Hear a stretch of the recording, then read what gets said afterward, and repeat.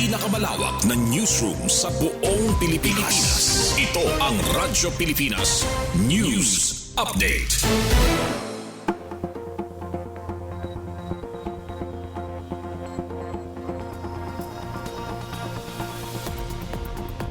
Aton oras, 1:55 p.m. Mapay nga kulop sa aton nga tanan, adiyan aton mga balita sa ina nga pangurason. Kalbayog Christmas Trade Fair, opisyal na nga ginabrihan kada Sabado ngan Domingo sa bugos nga bulan sa Disyembre. Pamatian tan detalye matikang Kansuzat Pretensyo. Radyo Pilipinas Report. Sa pagsalinurog san Kapaskuhan, opisyal na nga ginlansar ang Kalbayog Christmas Trade Fair usa nga holiday initiative san lokal nga gobyerno san Kalbayog, pinaagi san City Agriculture Office sa pakigbubligay sa Department of Trade and Industry o DTI Samar. Katuyuanan sini nga ipakita ngan ipromote ang magkadirodelain nga produkto tikang sa mga lokal nga agri-processors ngan MSMEs dinhi sa First District san Kalbayog, agud mas dako nira maabot nga merkado yan na nga Kapaskuhan.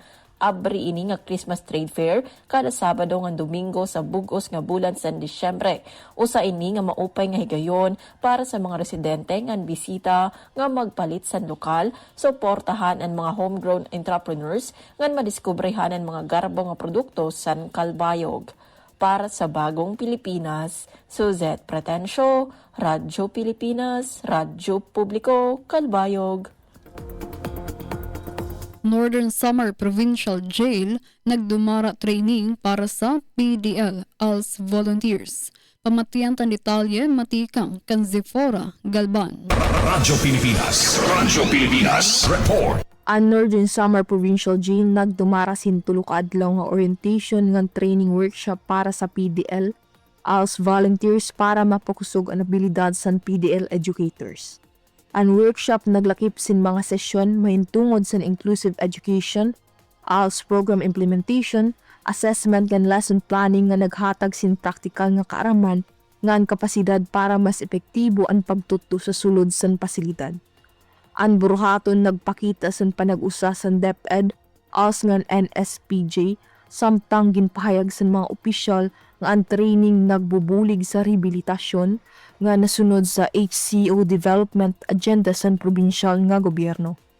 Para sa Bagong Pilipinas, Zipora Galban, Work Immersion Student san CCMSF san DYOG, Radyo Pilipinas, Radyo Publiko, Kalbayog. Mga trabahante sa private sector nga masulod yan na adlaw Lunas makakatagamtam additional pay.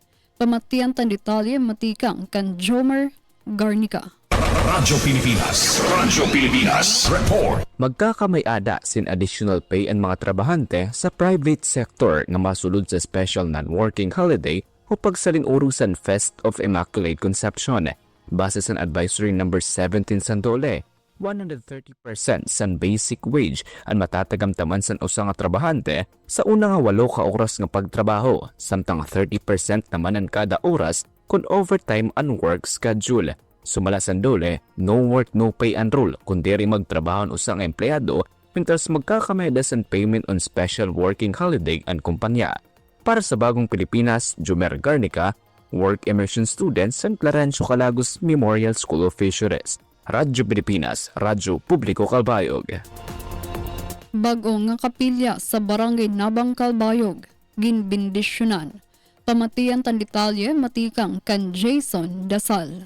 Radyo Pilipinas Report. Ginbindisyonan ang bago nga gintukod nga kapilya sa Immaculate Conception of the Blessed Virgin Mary sa Barangay Nabang, Calbayog City, kakulop sa Disyembre 7, 2025. Gindumara ang misa ng bendisyon San Mos Rev Isabelo C. Abarquez Didi, upod ni Rev Father Noel Labindia, nga nagpasamwak san pag-urusa ng pagdayaw san mga tumuroo san lugar. Ginpasabot liwat nga espesyal ining okasyon tungod kay Mayor Raymond Munmun C. Oy na tawo sang Barangay Nabang nga naghatag san dugang kaulugan san komunidad samtang nagsilibrar sa nira pagtuo ngan espiritual nga pagbago. para sa Bagong Pilipinas, ini si Jason Dasal, Work Immersion Student San Clarencio, Calagos Memorial School of Fisheries sa DYOG Radyo Pilipinas, Radyo Publiko, Calbayog. Ngan sa katapusan nga balita, Department of Health nakareport pagdamo san kaso san HIV. PhilHealth padayon sa pagpabot san bulig. Pamatian tan detalye matikang kan Lex Makasling. Radyo Pilipinas Report. Ginbasamok sa Department of Health nga padayon ang pagdamos ng kaso sa HIV nga nakarecord sa sobra 5,500 na bagong nga kaso sa ikatulong nga quarter sa 2025. Base makahatag sa mas epektibo nga bulig, ginpahalapad sa PhilHealth ang benepisyo para sa PLHIV nga naglalakip sa libreng antiretroviral therapy nga iba pa nga serbisyo sugad sa konsultasyon, counseling nga laboratorio nga eksaminasyon sa 234 nga treatment hubs sa bugos nga nasod.